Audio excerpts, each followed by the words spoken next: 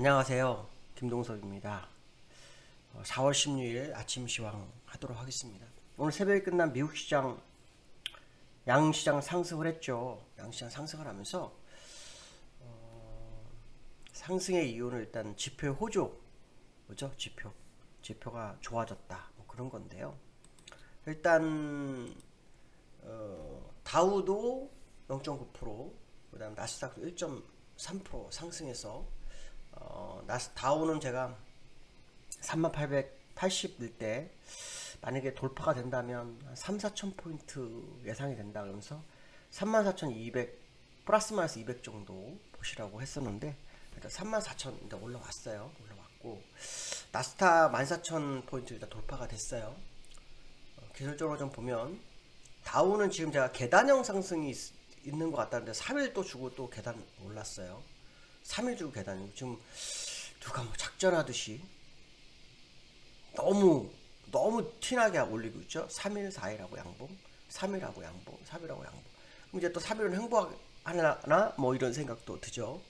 근데 주봉으로 보시면 제가 요 추세선 그어놓은 자리 여기까지 지금 거의 다 왔어요. 그래서 한 1% 정도 여유가 더 남아있는 상태인데 그걸 채우러 가는 거 아닌가 이런 생각이 좀 들고 있고요. 나스닥은 일단 쌍봉은 안 됐죠. 네, 쌍봉 자리가 14,700 14,175니까 지금 대비로 14,140포인트 약 1% 남은 거니까 다우도 1%, 나스닥도 1%가 남아 있습니다. 그 추세선상으로. 그래서 다우는 다우 추세, 주봉 추세선으로, 나스닥은 쌍봉으로 마무리를 하나? 뭐 이런 생각이 굉장히 많이 드는데 물론 이거는 그냥 생각입니다. 틀릴 수 있고요. 판단을 여러분이 좀 하셔야 되겠지만 일단 이 쌍봉을 넘어가거나 다우의 어떤 그 추세선 넘어간다면 솔직히 어디까지 갈지는 잘 기술적으로 모르겠습니다. 기술적으로 참 어려운 그런 상황이다 이렇게 보시면 될 것 같고요. 그럼 오늘은 왜 미국이 상승했느냐? 뭐 실적이 JP모건이나 뭐 골드만삭스가 좋게 나왔는데도 이제 실적을 반영을 어떻게 안 했어요. 전혀 안 했던 미국 시장인데 오늘 반영한 건 이제 지표의 개선이었어요. 이게 이제 되면서 시장이 이제 경제 회복이 빨라지고 있다라는 그 기대 심리가 굉장히 커지는 상황이고요. 그러면 우리 이런 생각도 하자. 그럼 금리 인상 빨라지겠는데 연준이 생각하는 거하고 너무 다르실 수 있지 않는 거 아니야? 이런 생각도 해볼 수 있죠. 그럼 왜 이렇게 지표 개선되는지는 확인해 봐야 되는데요. 여기 이제 두 가지인 것 같아요. 그 바이든이 대통령이 되면서 1조 9천억 불 경기 부양책을 했잖아요. 그러면서 미국 국민한테 1인당 1,400불을 지급을 했어요. 1,400불 지급을 해도 쓰지 못하면 소용없잖아요. 그렇죠? 근데 이거를 이제 그 백신이 빠르게 보급되면서 그 식당이라든가 이런 것들 영업 제한을 좀 완화시켰다고 합니다. 그게 완화되니까 집에 있던 사람들 얼마나 답답하겠어요. 돈은 1,400불 생겼지. 그 1,400불이 140만 원인데 적은 돈이 아닙니다. 왜냐면 외국에서 뭐 살아보신 분도 알겠죠. 외국인들은 계좌에 1,000불 있으면 은행에서 우와 합니다. 아시는 분들은 아실 거예요. 제가 옛날 호주에 가봤는데 그 호주에서 이제 옛날에 그 통장을 만들어가지고 거기에 한 3,000불이 있었던 적이 있었어요. 그랬더니 은행에 갔는데 깜짝 놀라더라고요. 이런 돈이 어딨냐고. 왜냐면 걔네들도 우리나라하고 비슷하기도 하고 다르기도 한데 돈이 벌면 돈이 다 그 나가요. 뭐 집세 뭐 이런 거 다 나가게 돼 있어요. 왜냐면 그 집세가 다 이 계좌 연결이 돼 있어요. 그래서 그 계좌 연결돼 가지고 그게 돈이 나가기 때문에 2년 정도가 만약에 이제 예를 들어서 뭐 외국에서 살다가 2년 동안 그 주세죠. 주세가 나가는 게 빠르게 이제 제대로 한 번도 실수가 없이 나가게 되면 돈이 한 푼이 없어도 집을 살 기회를 줘요. 그런 게 미국이래요. 그러니까 결국 돈을 벌면 그걸 다 뺏어가고 자기는 생활비밖에 없는데 거기에 1,400불이 들어있다? 그러면 큰 돈이죠. 그러니까 그 돈을 안 쓰고 싶겠어요? 집에 있는 답답한데 나가서 썼겠죠. 그러니까 소비가 늘어나죠. 그래서 뭐 인플레이션 뭐 이런 얘기 나올 수밖에 없는 상황인데 그러면서 이제 소비가 늘어나니까 어떻게 해요? 소매 판매하는 사람들 입장에서는 이게 증가할 수밖에 없겠죠. 당연히. 그래서 일시적이냐 추세적이냐 이 부분이 굉장히 중요할 것 같고요. 두 번째는 이제 근데 이 소매 판매가 작년 5월보다도 뭐 최대폭이라는 말이 있고, 두 번째는 뭐냐면 신규 실업 청구 건수예요. 신규 실업 청구 건수라는 것은 실업자가 실업금을 달라는 거예요. 근데 이것도 우리나라하고 미국하고 비슷한 게 하나가 뭐냐면 6개월 단위로 받은 사람은 안 받게 돼 있어요. 그러니까 지금 줄어든 게 어쩌면 6개월 지난 사람들이 빠져나가서 줄은 거냐, 정말 취업이 늘어서 줄어든 거냐, 이게 이제 싸움인 거죠. 수치만 보면 엄청 좋아요. 19만 건 정도가 줄어들어서 뭐 57만 6천 건인데 시장 예상치보다도 한참 줄었다, 뭐 이런 거거든요. 근데 이게 그 6개월 그거를 옛날부터 걔네는 다 빼고, 그러니까 그런 거 신경 안 쓰고 그냥 줄어든 거 하나만 가지고 보아요, 있는 그대로. 근데 이 시간이 지나면 이것도 확인이 되겠죠.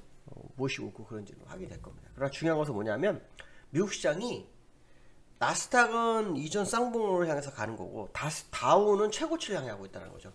근데 최고치가 추세선상으로, 어저께 제가 이제 마감 시간에도 잠깐 얘기했었지만 그 추세선상으로 와 있는 상황이다. 그래서 딱 지수로는 1% 이제 남아 있고요. 다우도 1%, 나스닥도 전고점 1%.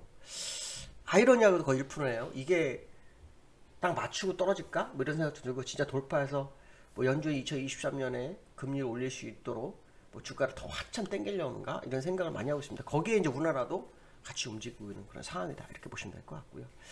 두 번째로는 이제 그 어저께 금통이 있었죠. 시장에서만 관심을 안 가졌는데 금통위가 있었습니다. 금통위에서 긴축에 대해 선을 그었죠. 긴축에 선을 그었어요. 뭐냐면 경기 회복에 대한 확신이 없다고 이주열 총재도 이제 그 인정을 좀 하는 부분이 있죠. 그러니까 긴축은 당장 못하겠다. 그래서 금리를 0.5% 동결을 했어요. 그게 어저께 뭐 우리나라 시장을 더 끌어올린, 마지막에 끌어올린 거 아닐까, 아침에 끌어올린 거 아닐까, 이런 생각도 드는데요. 그 부분이 상당히 주었고요. 또 중요했고요. 또 하나는 뭐냐면 비트코인 열풍에 대해서 경고를 하더라고요. 근데 비트코인은 제가 투자처로 생각하지 마시고 시장의 어떤 뭐 투자 어떤 뭐 그 바로미터로 생각을 해보라는데, 지금 비트코인이 뭐 장난이 아니에요. 저는 비트코인이 왜 이렇게 비싼지는 잘 모르겠어요. 나중에 중앙은행에서 발행하는 전자화폐는 뭐 오를까, 비트코인이 그렇게 비싸야 될 이유를 잘 모르겠지만, 어쨌든 뭐 골드만삭스도 마찬가지고, 뭐 비트코인 관련 거래소, 그 저기 뭐야, 기업도 뭐 상장을, 뉴욕에서 상장을 하고 있고, 뭐 이런 상황인데, 글쎄 우리가 뒤처진 건지 그들이 앞서간 건지는 봐야겠지만, 저는 이 생각 하나는 변함이 없어요. 세계를 주무르고 있는 자들이 비트코인을 가지고 있지 않은데 비트코인을 대표 통화로 만들어줄까? 저는 아닐 것 같아요. 그래서 아마 파월도 마찬가지고 이주열도 마찬가지고 그 얘기를 하는 거다. 그럼 만약에 그들 계속 경고를 메시지를 하는 거는 그걸 흡수한다는 게 아니라 그걸 죽이겠다는 의도인데, 어느 순간에 죽이겠죠? 그러면은 결국은 지금은 열풍에 그냥 몰려간 거일 수도 있다. 굉장히 위험한 거일 수 있다는 생각이 드는 거예요. 생각을 해보십시오. 세계 중앙은행 총재들이 아니다라고 하는데 간다? 그게 될까? 아니 물론 뭐 그들이 대단한 건 아니지만 그들이 어떤 통화 시스템이라는 걸 갖추고 있잖아요. 또 세계 통화를 지배하고 있고.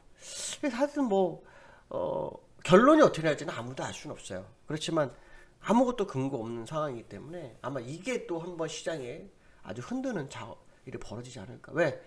마구 오르는 종목들은요 또 마구 빠지기도 하더라고요. 종목도 마찬가지잖아요. 큰 시세가 있으면 나와요. 제가 우리 유튜브 그 유료 회원한테도 그랬어요. 시세가 제가 볼 때 이거는 가는 자리에서 한 30% 주면 20% 30%는 더 이상 먹을 생각 하지 마라. 왜? 계속 가는 종목이 많지 않다. 결국은 회귀를 하기 때문에 단기적으로 먹은 거 있으면 빨리 도망 나오는 게 최고다. 이렇게 말씀드리는데, 물론 어떤 것들은 뭐 20년, 10년 간 종목도 있어요. 삼성전자가처럼.